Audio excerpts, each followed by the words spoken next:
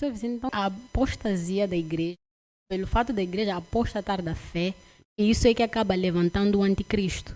Sim, a apostasia da igreja, o fato da igreja abandonar os rudimentos, faz com que o homem, por isso Paulo chama ele de homem da iniquidade. Por quê? Porque é um oportunista que observa que o mundo já perdeu a moral e perdeu referência da moral e da ética. Ou seja, já não há quem... Jesus nos chamou de luz e de sal. Já quando ele vê, digo, olha, já não há quem olha para um lugar ver uma luz. Então, agora luz e trevas se confundem. Então ele encontra oportunidade para emergir, dizer que, olha, de facto é isso aí mesmo. O que vocês estão a dizer aí que é errado, é isso que está certo. Façam o que é isso aí. Hoje em dia, há igrejas que o homem com o homem casam. Achas que o homem da iniquidade não quer isso aí? Quer. Então, para ele, a igreja já está a andar de mãos dadas com o seu propósito. Então, ele aparece. É exatamente isso aí. Isso é que abre espaço para aquela, porque a igreja agora está a abraçar as ideologias do mundo. E isso dá espaço para ele aparecer e dizer que sim, essa é a filosofia, esse é o caminho, esse é que é o correto. Porque está a ter apoiantes, que é a própria igreja já a o apoiar, a disseminar este pecado. Exatamente. Amém, louvado seja Deus. Mas esse homem de iniquidade é um homem mesmo carnal, alguém físico, alguém que já exista? Olha, não sei se já existe. Estaria aqui a mentir. Mas a verdade é que a Bíblia é clara, é uma pessoa. É uma pessoa que terá o seu governo, é ele que vai garantir com que haja a construção do templo em Jerusalém, que vai estabelecer um período de paz de 7 anos, né? E depois vai quebrar em 3 anos e meio este pacto. Por quê? Porque ele vai entrar no templo de Jerusalém, vai querer se assentar no trono, como Jesus também vai dizer no capítulo 24 de Mateus, já dizer que, olha, o homem da dissolução, como disse Daniel, vai sentar-se no templo para ser adorado. E aí começa já aquela luta toda, porque o povo há de perceber que aquele ali não era o Messias, era um falso Messias. Uma coisa que é importante é observar, a Bíblia não mente.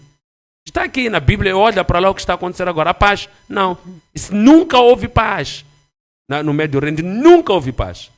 Mas ele há de vir e garantir essa paz de 7 anos. Então, quando eles disserem a paz é paz, Jesus diz que então lhes virá repentina destruição. Então, observe, este homem, para ele poder ganhar essa força e ter tudo isto, é preciso que o pecado abunde. É uma pessoa, primeiro. Segundo, se ele vai garantir a paz entre os governos, é uma pessoa. Terceiro, se ele vai abominar a Deus e proibir com que outros deuses sejam adorados naquelas regiões, para ele ser o único que vai receber, então, é uma pessoa.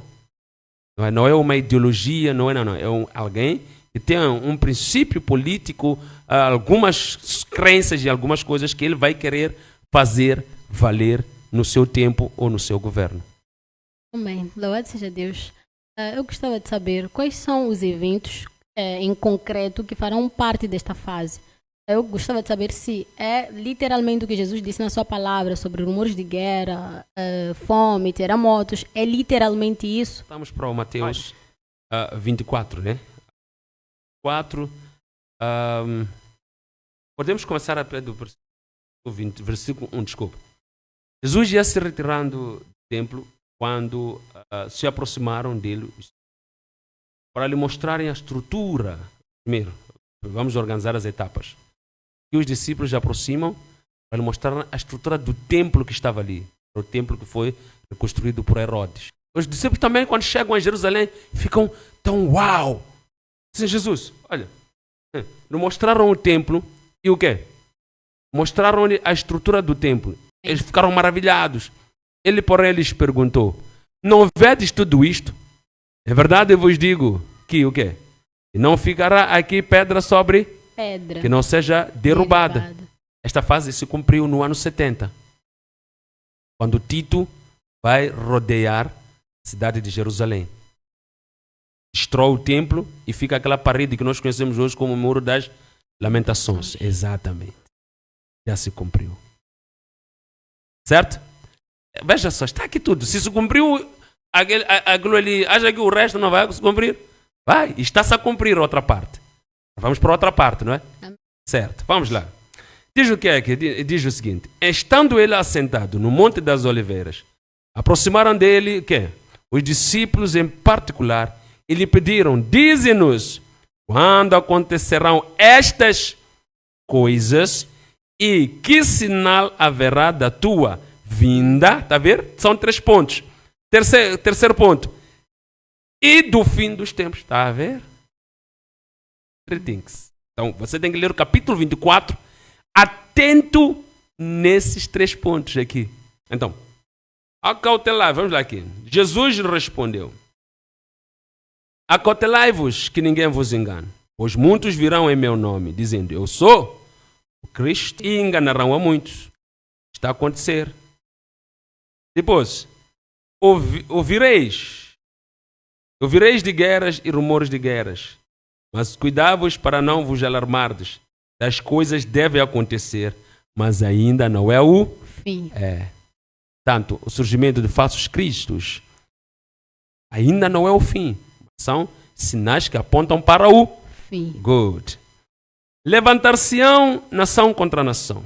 Guerras que voltamos a ver agora ainda não é o fim, mas são sinais que apontam. Levantar-se-ão nação contra nação, reino contra reino. E haverá fomes, pestes, terremotos em vários lugares. Está a apontar para o fim, mas ainda não é o fim. Ok. Todas essas coisas, porém, são o princípio das dores. Good. Depois diz: então, vos hão de entregar para serdes atormentados e vos matarão. Serão odiados de todas as nações por causa do meu nome. Está a acontecer.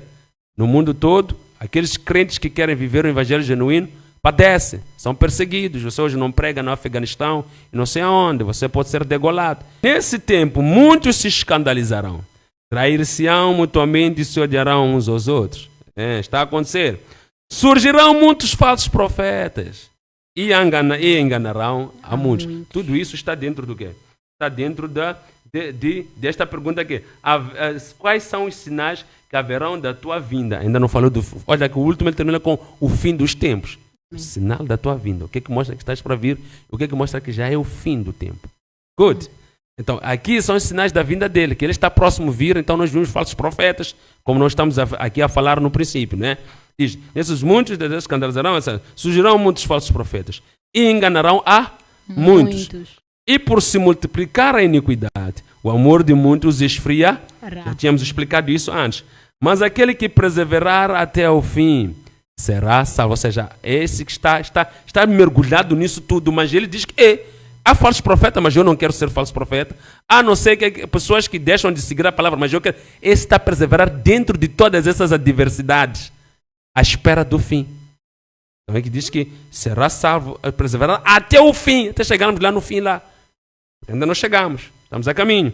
Diz: este evangelho, agora já estamos no fim. Este evangelho do reino será pregado em todo o mundo em testemunho a todas as nações. Ponto. Então, virá o fim. Então, o fim, irmã, não é um tempo. Este aqui é o tempo, já está a vir o fim. Não. O fim é espontâneo. Ou seja, tudo isso está acontecendo ao mesmo tempo. O evangelho está a ser pregado, etc. Por isso que íamos falar do segundo elemento. Falamos do primeiro, que é a apostasia. Este fim, como dizíamos, não é um tempo. É um fenômeno. O Filho do Homem aparecerá nas nuvens, destruirá tudo isto aqui, vai ser aniquilado, etc, etc. Não é um tempo, é um fenômeno. É por isso que diz que então virá o fim. Então o fim acontecerá, se manifestará. Não é? Amém, louvado seja Deus. Todos estes sinais estão no controle de Deus? Sim, Deus tem um controle de todos os sinais. Deus é soberano. Primeiro nós temos que ter a consciência da soberania de Deus. Amém. Uma vez que Deus é soberano, embora tenha dado livre arbítrio aos homens, mas ele continua com domínio de todas as coisas. Deus, se te dá liberdade de escolha, não significa que ele perde o domínio. Ele dá liberdade de escolha porque ele não é um Deus que quer te forçar a viver algo que não é o que você escolheu. Mas o livre-arbítrio que Deus dá aos homens não o impede de ele continuar a ter domínio sobre todas as coisas. Sim. Amém. Pastor Vicente, quando nós olhamos, né, para o que ele disse como os sinais, né, dos últimos tempos que precederiam a vinda de Cristo, falamos de rumores de guerra, fome, mas isso tem ceifado vidas inocentes, e tem pessoas que estão indo para o inferno porque são vítimas dessas catástrofes que estão no controle de Deus. Gostávamos de ter uma explicação um pouco aprofundada. Olha, o que o homem vive hoje é consequência do pecado. Tudo que que acontece na humanidade tem como fruto o pecado do homem. Imagina se Adão e Eva não tivessem pecado, primeiro. Nós não teríamos situações como essa que temos hoje. Segundo, essas nações e várias outras nações, não é que os seus governos não tenham ciência de que Deus existe, mas eles ignoram isto. E esses povos, às vezes, muitas das vezes, são povos que até negam, sabem que Deus existe, mas procuram sempre se dedicar a uma vida pecaminosa. Certo ou não certo? Então, o que vai acontecer? Deus pode permitir que essas coisas aconteçam. Alguém pode dizer, olha, mas há países onde, por exemplo, há países onde as pessoas estão a passar por situações adversas, e eu não sei se eles adoram a deuses falsos ou Deus verdadeiro. Deus é quem conhece essas nações. Deus é quem sabe quem são as nações. Eu vou dizer, olha, se no teu país agora está já a fazer um podcast, então significa que o teu país já é o melhor, tem paz. Não, no meu país já é guerra. No meu país já há turbulências. No meu país já há corrupção. No meu país já há muita coisa errada.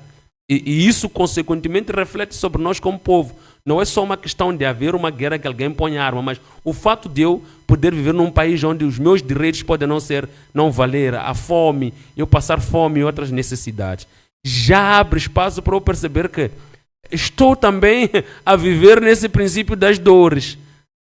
Porque não é só guerra de arma, mas também várias outras guerras podem também ser elementos, né? Existem guerras econômicas, então, não sei se está a perceber, né? Sim, podem ser elementos também que estejam só como consequência desta vida pecaminosa que tanto os governos assim tomam os povos. Só que me alegra uma coisa, e mesmo quando Deus tem controle sobre essas coisas todas, como aconteceu, por exemplo, no Egito, Deus sempre vai guardar aqueles que são seus dentro dessas circunstâncias. Deus sempre vai proteger aqueles que são seus dentro dessas circunstâncias. Eles podem muito bem passar fome, mas eles serão guardados pelo próprio Deus. Mas como? Se há fome, se eles ouviram a guerra, se passou uma bala, não é? Deus sempre vai estar com eles lá. E se eles morrerem no meio da guerra, Deus está com eles lá, protegendo-os, guardando-os e orientando-os e levando-os para uma vida melhor no seu reino. Então, aqui está. Até nós somos crentes, podemos passar consequências de coisas de pessoas, ou seja, resultado de pessoas que fizeram, que não temem a Deus, e nós passamos essas consequências. Mas uma coisa é clara, é que nós passamos isso com alegria e na presença de Deus, enquanto os outros passam em desespero, como bem disse a apresentadora. Olha, essas pessoas não têm culpa. Assim como eu também, que sou crente, não tenho culpa dos pecados dos outros. Mas posso passar consequências porque o governo, porque o país está em pecado. Então, Deus, essas situações acabam acontecendo, essas catástrofes acabam acontecendo e me afetam, certo? Então, essas pessoas também, elas eram idólatras ou não eram, não temiam a Deus, também passam essas consequências. Não que Deus não queria lhes dar tempo, até porque Deus sempre permite ou quer que todo homem se arrependa. Vai sempre criar um meio para que todo homem debaixo do céu se arrependa.